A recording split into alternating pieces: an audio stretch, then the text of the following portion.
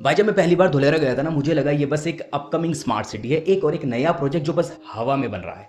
पर जब मैंने इसकी ज़मीन की हिस्ट्री खोदने की कोशिश की ना, तो मुझे पता चला कि मैं बिल्कुल गलत था। इस वीडियो में हम इसी अजम्पशन को पूरी तरह तोड़ने वाले हैं कि ये कोई सडन रातों रात पॉपअप हुआ एक्सपेरिमेंट नहीं है, बल्कि ये 5000 साल पुरानी लेगेसी है जो अब वापस से रिपीट हो रही है। देखो, ये गलती मैंने की थी और सच बताऊं तो ये गलती शायद आप भी कर रहे हो, अगर आप धुलेरा को सिर्फ 2020s या उसके बाद के लेंस से जज करने की कोशिश कर रहे हो। आज जो यहाँ ज़मीन पर हो रहा है उसको एक्चुअली समझने के लिए हमें मॉडर्न ब्लूप्रिंट्स और हाइप के काफ़ी पीछे जाना पड़ेगा, लाइक वे बैक। क्योंकि जहां आज क्रेन्स और बिल्डोजर्स चल रहे हैं कंस्ट्रक्शन के लिए, सोच के देखो वहां सालों पहले एक्चुअली पानी के बड़े जहाज चलते थे।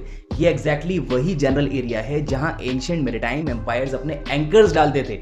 ये कंट्रास्ट सुनने में थोड़ा माइंड ब्लेंडिंग लग सकता है, आई नो, पर हिस्टोरिकली बिल्कुल एक्यूरेट है। इसको अब थोड़ा और डेप्थ में समझते हैं। लोथल, जो धुलेरा के बिल्कुल पास ही है, दुनिया की सबसे पुरानी डॉकयार्ड्स में से एक माना जाता है। यहाँ से हड़प्पन सिविलाइजेशन अपना मैसिव समुंदर पार ट्रेड करती थी। ग्लोबली गुड्स मूव करना, कल्चर शेयर करना, लॉजिस्टिक्स डोमिनेट करना, ये लोग सब कर रहे थे ऑलरेडी। एक स्मार्ट सिटी का कॉन्सेप्ट आने से हजारों साल पहले इस जमीन ने एक थ्राइविंग ग्लोबल ट्रेड नेटवर्क को सपोर्ट किया था। अब इसके पीछे की ज्योग्राफी समझो।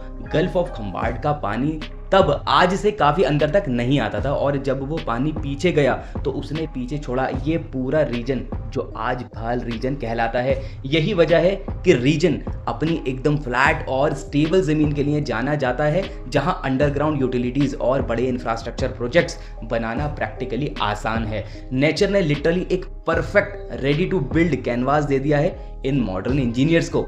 तो अब 3000 BCE के मेरीटाइम ट्रेड हब से लेकर आज 2020s के इस मॉडर्न इंफ्रास्ट्रक्चर बूम तक ये सिर्फ एक नया शहर बनने की कहानी बिल्कुल भी नहीं है। ये हिस्ट्री अपना एक साइकिल पूरा कर रही है। ये 5000 साल का गैप आज भर रहा है और जियोग्राफिकली ब्लेस्ड रीजन अपनी पूरी ग्लोरी की तरफ वापस से लौट रहा है।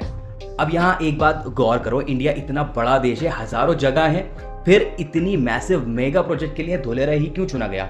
आई मीन प्लानर्स ऐसे ही मैप पर रैंडमली डार्ट तो नहीं फेंकते। इसके पीछे एक बहुत सॉलिड अनडिनाएबल मॉडर्न रीजन होना जरूरी है जो इस एंशिएंट ज्योग्राफी के साथ बिल्कुल परफेक्टली अलाइन करे।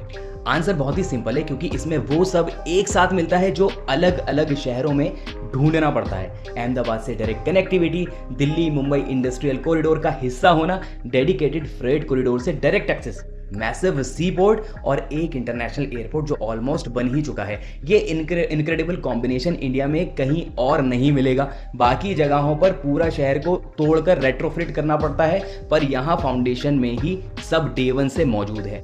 तो जब लोग पूछते हैं ना कि धुलेरा में इतना हाइप क्यों हो रहा है, मेरा जवाब हमेशा यही होता है कि भाई ये हाइप नहीं है, ये हिस्ट्री खुद को रिपीट कर रही है। जो रीजन कभी ट्रेड की वजह से इंपॉर्टेंट था, वही रीजन अब मैन्युफैक्चरिंग, सेमीकंडक्टर और लॉजिस्टिक्स की वजह से पूरी दुनिया का ध्यान ऑलरेडी अपनी तरफ खींच ही रहा है। कॉन्सेप्ट वही का वही है, दुनिया के लिए गुड्स बनाना और मूव करना, बस इसको 21st सेंचुरी के हिसाब से अपडेट कर दिया गया है। हिस्ट्री गवाह है, कुछ जगह बार बार इकोनॉमिक सेंटर्स बनती हैं और धुलेरा अनडाउटेडली उन्हीं में से एक है। ज्योग्राफी नहीं बदली है, स्ट्रैटेजिक लोकेशन वही है, बस हमारी टेक्नोलॉजी बदल गई है। जैसे किसी ने बहुत सही कहा है, if the world traded here 5000 years ago, imagine what it becomes in 20 years। Economic gravity इस जगह को वापस से कंप्लीटली अपने पास खींच रही है। तो अब ये सब जानने के बाद मैं आपसे पूछना चाहता हूं, आपको क्या लगता है, जो एंशिएंट डॉकयार्ड्स और ये मॉडर्न इंफ्रास्ट्रक्चर हमने इस वीडियो में देखा, क्या हिस्ट्री सच में रिपीट होती है या ये 5000 साल का कनेक्शन सिर्फ एक मैसिव कोइंसिडेंट है? कमेंट में जरूर बताइए। I would love to read your thoughts. Keep exploring और आपसे मिलते हैं जल्दी नेक्स्ट वीडियो में।